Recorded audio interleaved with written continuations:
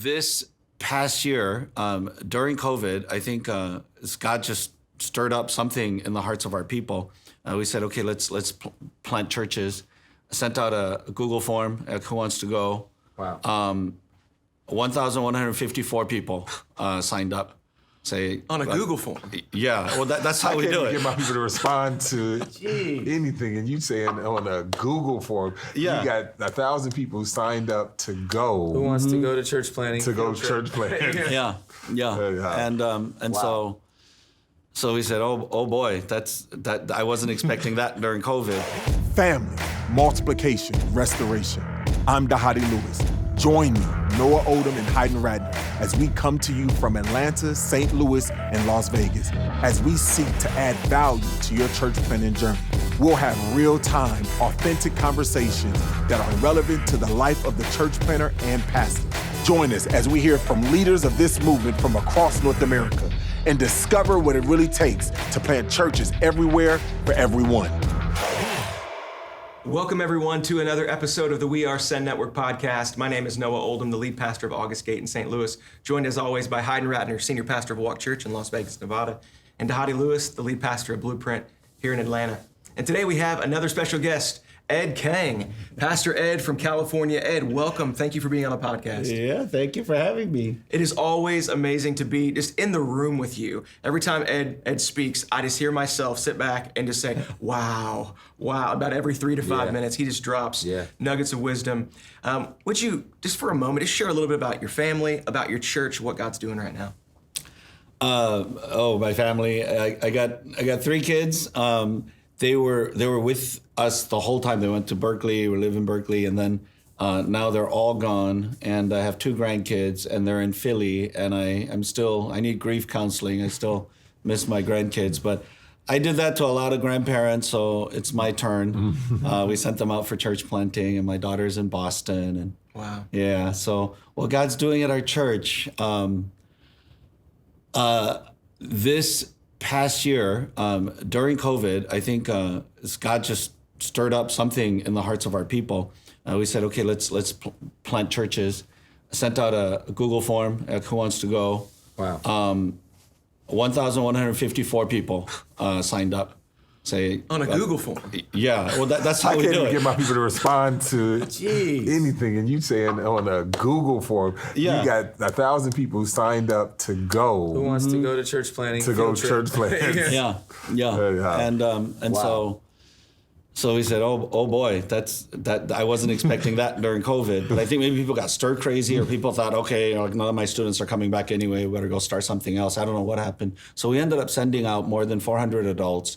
90-some children with them, and we sent out 35 teams to I don't know how many cities. I forgot the count, but it's Ann Arbor, Madison, Urbana-Champaign, Purdue, West Lafayette, Columbus, Ohio. Sent 90 people to Boston and Philly, Baltimore, at Johns Hopkins, Hoboken, New York, Stony Brook. So that was quite an effort this past summer. Wow. And they're there. They haven't died. They're there. So they're there. They're actually at these places that they've been sent. Mm-hmm. But what I love about this story is that for the people who don't know, this is not the first time that you've done something like this. Right?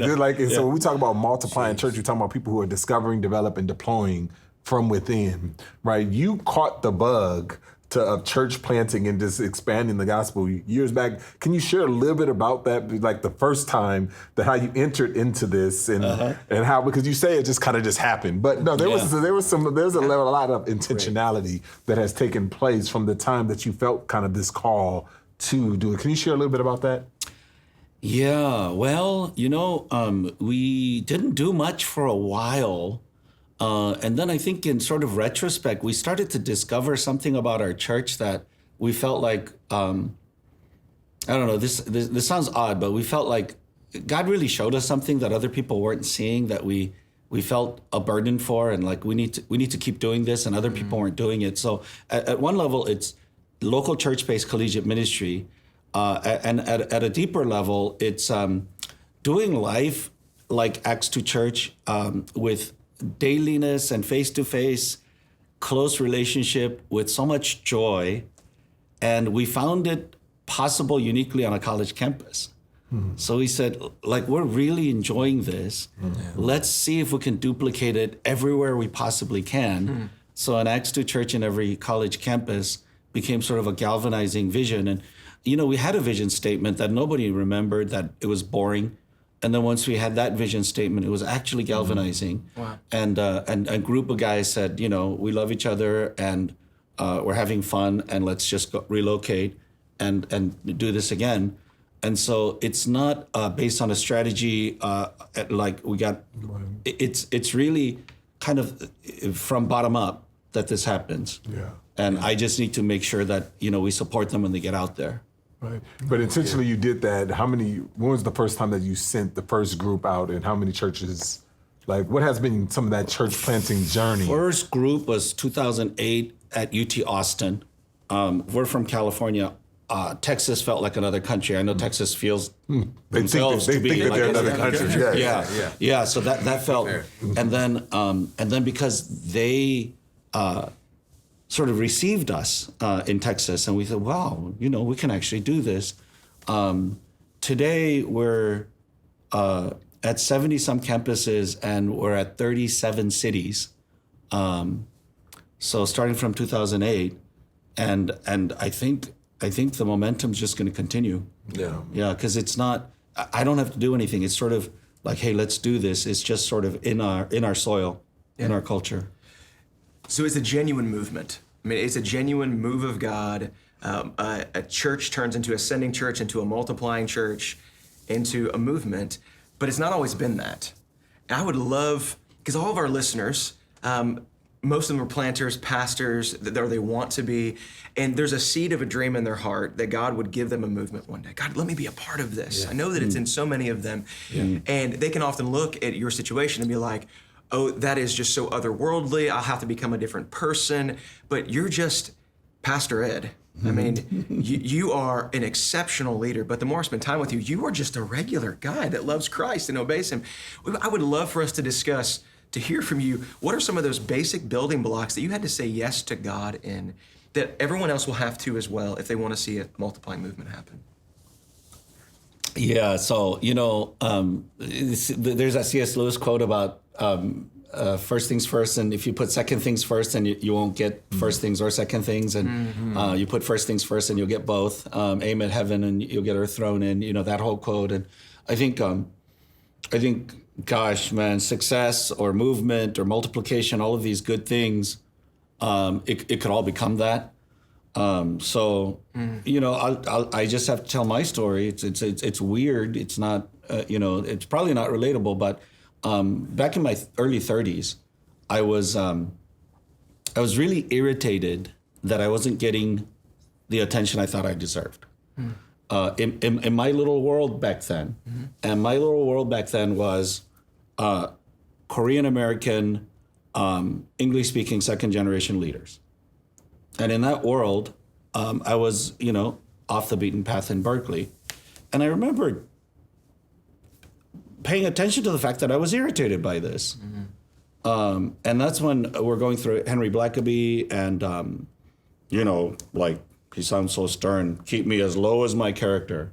And I said, and so that became my prayer. And then I made almost a vow to not seek attention, to deliberately not seek attention.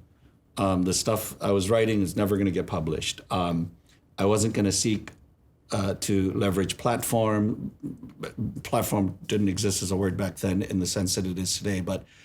And I remember that being a very powerful moment for me when I think that was kind of an idol in me, that ambition. Wow. And I let that go, and so that was one part of my journey. Another part of the journey is that, you know, I'm not this huge leader that can, like, do, you know, like, I look at some of these mega church leaders, man, they can be president, they can be CEOs. I'm not that guy, but the whole, but I do love pouring into younger people, and when I preach to them or I try to inspire them and mobilize them, and and then they actually get inspired. There's that moment where you're a little scared of what you've done. Like, what? You're gonna, Yeah. I was just mouthing up. I was just preaching, like you don't have to. So then and I think at that moment, you can kind of go back to normal, or as they respond, you join in that dance almost and say, when they say, that's right, then you say, that's right, that's right. Okay, so what are we going to do? And so I think I really respect how people respond. And then for me, that meant I had to grow really fast or I have to send them out. Right. And for me, it felt like I want you to have that pioneering experience. Wow. They say that America sort of lost something when it made it to the West Coast and there's no more, the pioneering experience. It was sort of like that. Wow. And so for me, it was sort of my pastoral discipleship of guys under me that I wanted to be faithful to. And then once they get sent out, it's like, oh no, are they going to survive? So then I want to keep supporting them. Right. So that's sort of how it happened. I don't know if that's... Yeah. No, that's really good. One of the things that you said about that, because one of the objections from pastors is that if we take that type of approach with that type of aggression and sending people out, what about home base? How is having that type of aggressive approach affected the church in Berkeley? It's been exciting. I mean, it's honestly, the church in Berkeley declines every time we send people out. Yeah. And I don't know if we've ever quite recovered. There was a time when we had like 1,000 college students in our service, and it's down to less than half of that. But I stepped away from teaching college students, like in my mid-40s, I think. Yeah. So that's I don't know. I think that's exciting to subvert your own success and break it down, and you'd have to rebuild. And so I don't regard that as a real cost. But yeah, you do take a hit because it's your best guys you send out because starting is hard, and so you want your best guys to go out, and then everybody, like we have a saying, if the teeth fall out, the gums have to do the chewing. And so it's an old Korean saying. Everybody just was like, still there. Yeah, man, first off, let me give you a quick dap because fellow West Coast brother on the podcast here today, but not everybody knows the hotties from... I know, I was about to say, you gotta skip on you gotta give me too, you know what I'm saying? No, at any point. No, I'm just saying, you're right where you need to be. That's right. But, one thing I love about just hearing you communicate, if you ever get a chance to hear Pastor Ed preach, it's a gift. It's a treat. Yeah, I feel like you have like a smoothness to your preaching that's very conversational, but very powerful. And I think that college students are attracted to that. And one question that I wanted to ask you about is, do you see some of what you're doing with multiplication, sending, disciple making? Do you see that happening more globally? Just with your background in, would you consider yourself Korean American, or is that how you say it? Yeah. I find that some of this mentality is counter church in America, but when I meet with global leaders, it seems like sending, church planting, multiplication is more of the regular, it's more of the norm. Has that been some of your experience? I don't know. I don't know if I can speak to that because I'm not that plugged in. Okay, Yeah. But man, culturally, Asians don't do this very well. Okay, yeah. For sure.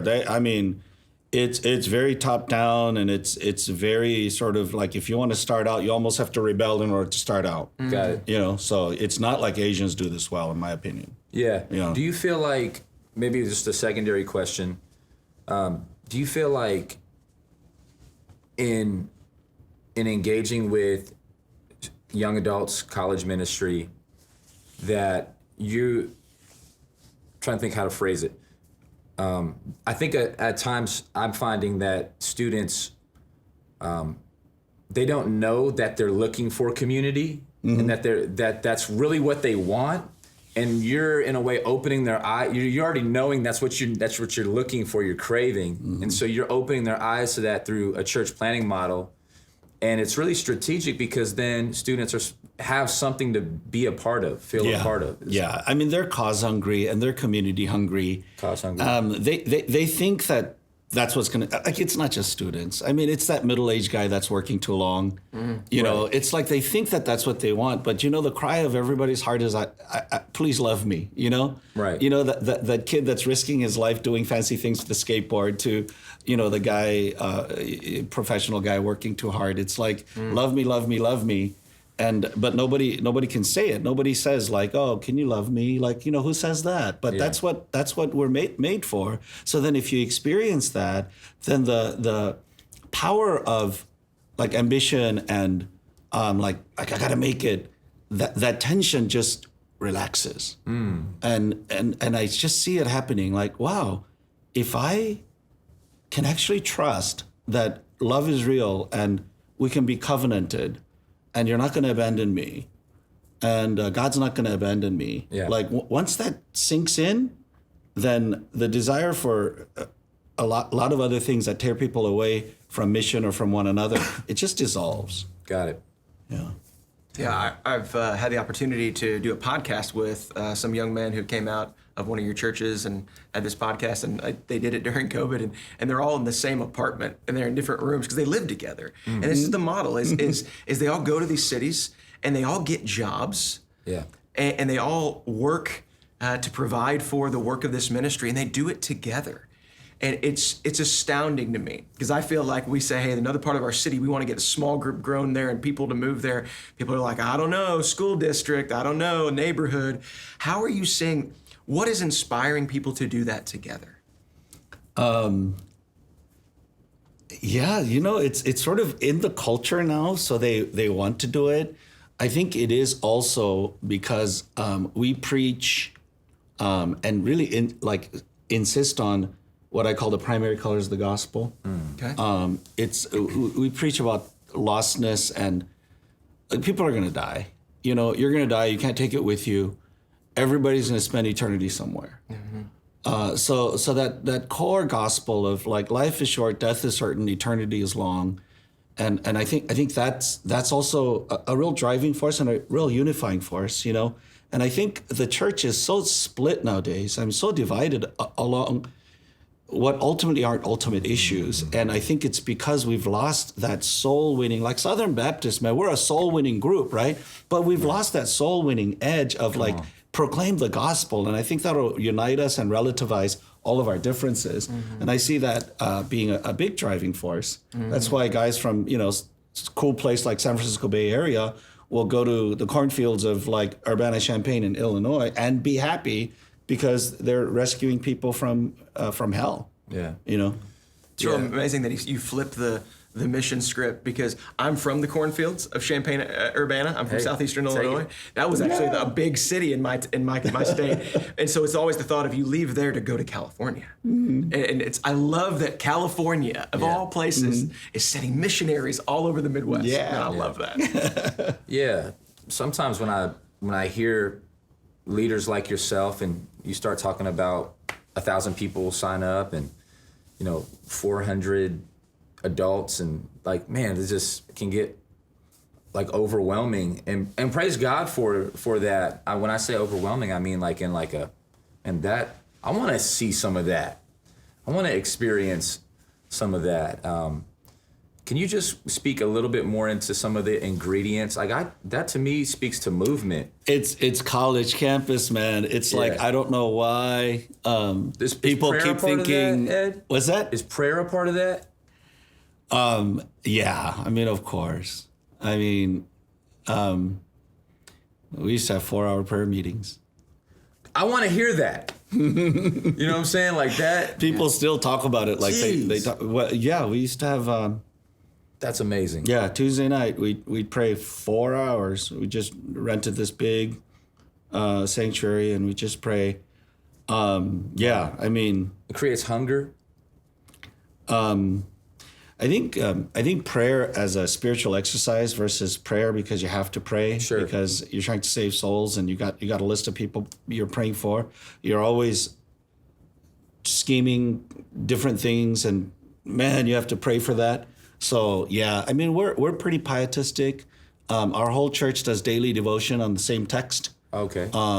And so that's the common language. Does that get sent out like through email or something like that? Yeah, we actually produce books because we kind of encourage people to be off of their devices when they're doing their daily devotion. Yeah. So we call it DT, devotion time. Almost all of our people get together in the morning because we found morning's the most consistent time to share. Wow. So we'll get together at somebody's house, 7 a.m. And we'll share and then go off to work. But it's a little journaling. It's a chunk of text. You answer some questions around it. You apply it. You pray together. That's daily. That's 5 days. And so we're seeing each other in the mornings 5 days just over God's word, and then and then we have prayer meeting. Yeah. So we're not doing 4 hours nowadays. We do 30 minutes every day, but it's online. So then people log in and we'll pray for our common prayer requests. So our prayer rhythms change, but yeah, we're pretty pietistic. We want God's we don't want to lose God's blessing. We don't want human hubris to ruin what God's doing. Wow. Pastor Ed, that kind of reminds me of something Dhati taught me a while back. Just this concept that discipleship is less the 1 hour a week meeting at Starbucks, and is more that's not the essence of it, but that's not the fullness of it. It's more of a lifestyle thing. And it's more of the church is discipling me together. It's a daily devotion. It's getting together on a more frequent basis. Yeah. And I feel like you two really model that in your church. Ed's my hero. Yeah, Ed's the hero. He's all of our heroes. So good, man. That's good. Gets me pumped up. Well, I love what you said at the very beginning, Ed, that you were in your mid-30s and you had this ambition that was gnawing at you, and you had to let that go. You had to let go of this thing that was in you of what you wanted for yourself and receive what God had for you. And so you said no to yourself and yes to God. That's Titus 2. The gospel has appeared, giving us the power to do that. Great. And I think the number one thing I'm taking away is that of the power of the gospel, to let go of what I want and say yes to God. And I think if we have leaders across Send Network that are listening to this and they do that same thing, I think we're going to have more than a handful of leaders who grew up to be like you, Ed. So thank you for the way you pour out the network. And thanks for being with us today. Thank you. And thank you for joining us for another episode of the We Are Send Network podcast. As always, if you want to know more about church planting with Send Network, you can go to sendnetwork.com, or you can just text the phrase Send Network to 888-123. Send Network to 888-123. Until next time, we are Send Network. You have been listening to We Are Send Network, a resource of the North American Mission Board. For more information about today's podcast and other relevant resources, visit sendnetwork.com.